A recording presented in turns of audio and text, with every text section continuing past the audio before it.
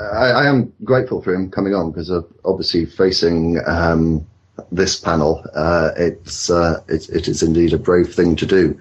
And not only that, I mean, it has to be said that most Christians aren't actually interested in defending their beliefs. They're interested in sort of retreating into a comfortable little place with confirmation, with lots of other people who believe the same thing, a nice church or something. It's actually fairly rare to get a Christian on who'll really defend his beliefs. But and I can recommend Ouchie has a YouTube channel if anyone's interested. I know he's working on a response to you, Thunder, about your recent video. So might be a guy you can check in with. He's been very willing to engage with me in the past on topics related to science. He's I think a college student studying biology. So interesting to see his take on things. Now we are joined by Carter. Welcome to the show, sir. Thank you for having me. I have two questions, if that's all right. Yeah, can we take them one at a time? Sure thing. Thank you. The first question is, well, there are people who, instead of choosing to believe in what is factually evident, they choose to believe in what makes them happy or what makes them feel good, especially if it's not directly hurting anyone else. So my first question is that potentially dangerous? And if so or not, how? Is it dangerous to believe in things because they make you happy? Yeah? Yeah. Is that okay? Well, at the very least, it's not productive. And at the very worst, what if, when you're nurturing a delusion, that delusion may be reinforced somehow, and a positive reinforcement can take you further down the hole, cause you to do horrible things. Yeah, but then again, masturbation kind of makes people feel good. Does it really hurt anyone? What are the positives? What are the negatives? Yes, it can be harmful, but there are other cases when what's the problem?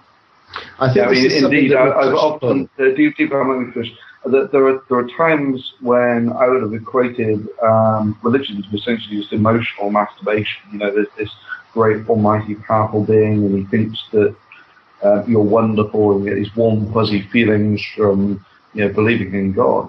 And that's not. I don't really have a problem with that. The problem that I have is when you start taking that sort of emotional masturbation, as it were, and how shall I say, producing erratic real-world behavior like, oh yeah, and this guy who makes me feel nice, warm and fuzzy hates gays as well, or wants me to, whatever, that thing in Joshua, go and utterly destroy half a dozen towns and kill every man, woman, child and donkey.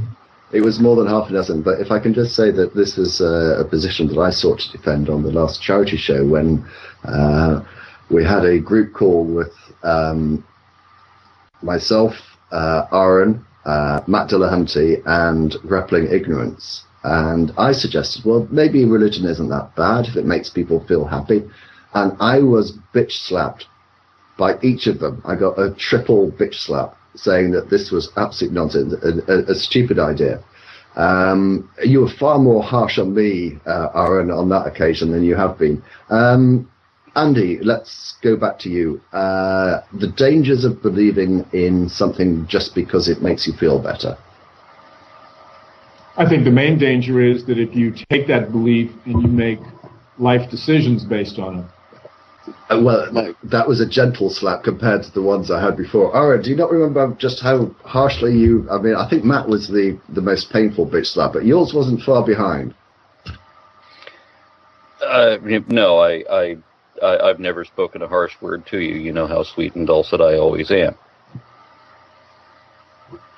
I think that we've sort of like touched upon it. From my point of view, that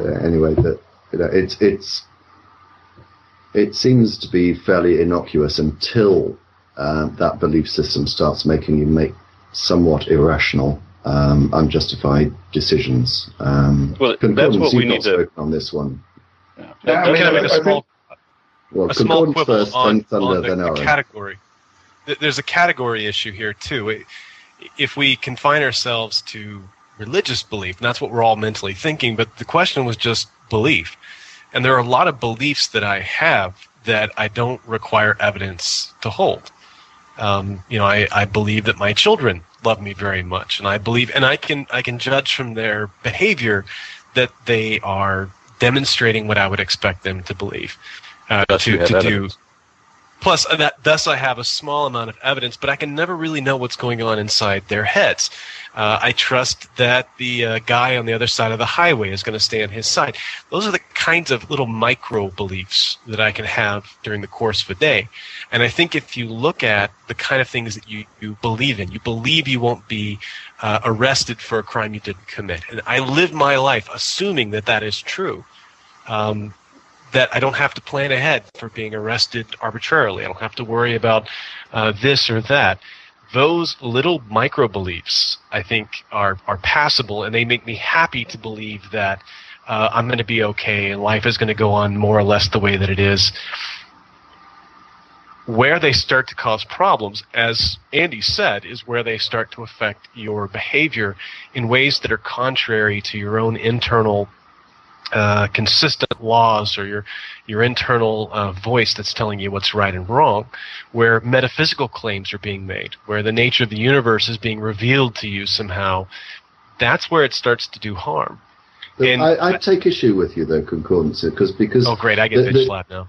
Well, no, it's just the two examples that you used, where you said I have beliefs without evidence. I think that you've got very good evidence. I think that the first example was, do my children love me? I suspect that you've got evidence that they do. And the second one, I can walk around the street without being arrested. Well, you've got evidence for that as well. I don't think that they're the most wonderful analogies that you could have drawn. Yeah, the two objections that I would have to it is walking around not getting arrested is an inductive observation from which you've created a model. This seems to be the way that things function. I agree that, it's an inductive extrapolation and that can reduce your stress. The other one, where you actually took the example of other people, and you had beliefs that your children loved you or some such. In your brain, of course, you've created models which are, again, based on histories of behaviors from which you will extrapolate that these are behaviors that mean that they love you, which is, again, coming back to the very start, when we were creating models of people we know, which are based on these long observations of their behaviors and predicting how people we don't know behave. Anyway, so that's done. So, let's turn that around, though. So how do you know that let's see, if you have asked a religious believer how they know that God loves them, they would have, I think, very similar types of arguments to make. I can answer that question. Well, no, let him finish, because I think it's an interesting one. What answers do you think they'll have? Well, no, that's the question for the rest of the panel is, what is the differentiation? Is it purely empiricism that leads people, because they can't touch, feel, if it can't be in your hand, it's all in your head kind of logic? Is that the only argument that keeps belief in something you can't touch, something like justice or love? That kind of belief, those, as I said, call them little micro beliefs that we invest in all the time. How do they differentiate from religious belief, the metaphysical beliefs? We're going to go Aaron, then Andy on this one. Right. The question that you asked is the question they don't ask. How do I know? When you're asking, projecting it, saying, how do you know? But when I was a believer, I asked, how do I know? And I asked one of my religious friends, how do I know that the elation that I'm feeling is really from, divine inspiration, is really coming from Jesus or what have you? And my friend, who eventually became a Southern Baptist minister, grabbed me by both shoulders and shook me with a huge ear-to-ear grin and said, just keep telling yourself it's Jesus until you believe it. And why didn't they you? Don't ask themselves that question. They make an assumption, they make an assertion based on that assumption, and they keep repeating that assertion until they believe it, and that's what it is. It is make-believe. It is pretend. Andy. With regards to a belief in justice, we all have innate moral inferential systems that give us a sense of right or wrong, just instinctive. So that belief in justice has at its core a part of our biology. A belief in love, it's the same thing. We have neural capacities for romantic love, and we increasingly know where these are in our brain. So believing in love, you have a basis for it, an instinctive biological basis. And now I think what we can say is that with regards to religious belief, we now know the biology of it. We know the pieces of it that lead us to religious belief. And it's part of what Gary Marcus calls the Kluge aspect of our brain, that religious belief arises from other parts of our brain, other parts of our biology that were originally designed for other purposes. And the belief, the religious belief, is a kind of unfortunate byproduct. That would be my take. Thunder, I think you wanted to comment. Well, I can, yeah. So with humans, there are sort of two categories, those that are related to self, those that are related to society. With both of these, you would have what you could classify as a sort of hierarchy of needs. You know, eating, drinking, sleeping, that sort of thing. Those would be with regards to self. Then you get things that are hierarchy of needs in society. Like there's a reason why putting someone in solitary confinement is something that really messes with people's brains. Right? You have a need to be around people, and there is actually a sort of hierarchy of social needs in your brain, and the ones which are the ones which you have a shorter biological leash on, things like don't kill each other. Those are the ones which are almost those are almost common laws among all societies in the world. And then you come down lower and lower down this sort of hierarchy of needs until you get what sort of coloured shoes should you wear. Now, the difference with religion is it doesn't actually, it's almost a sort of arbitrary, putting a random point on that scale and saying, it's immoral to wear a hat on Tuesday or something. In other words, there is no tangible benefit from these sort of arbitrary religious beliefs. I mean, in some cases they can be okay, sometimes not, but it's random. There's another important point, which is in religion, it's a completely different philosophy. Now, whether we can trace chemical catalysts for it, I think it's going to be somewhat like homosexuality, in which there's not going to be just one cause or one indication that someone holds or has a tendency to hold a religious belief. I think there's going to be a lot of different factors. But philosophically, what it seems to boil down to is that those who eventually lose a religious belief are those who want to improve understanding and for whom what they prefer to believe does not matter as much as to verifying whether that belief is true or how true it is, probably be a better way to put that. Whereas I've seen from many different religious believers that whether they believe it definitely matters more to them than whether their belief is true. Andy, just before we move on to Carter's second question, can we go back to something again which we discussed, but if you could just go over it again for us here. The serotonin that is released during the course of religious activities and beliefs, and why that might be something that does make people feel happy, believing in something that may not be true.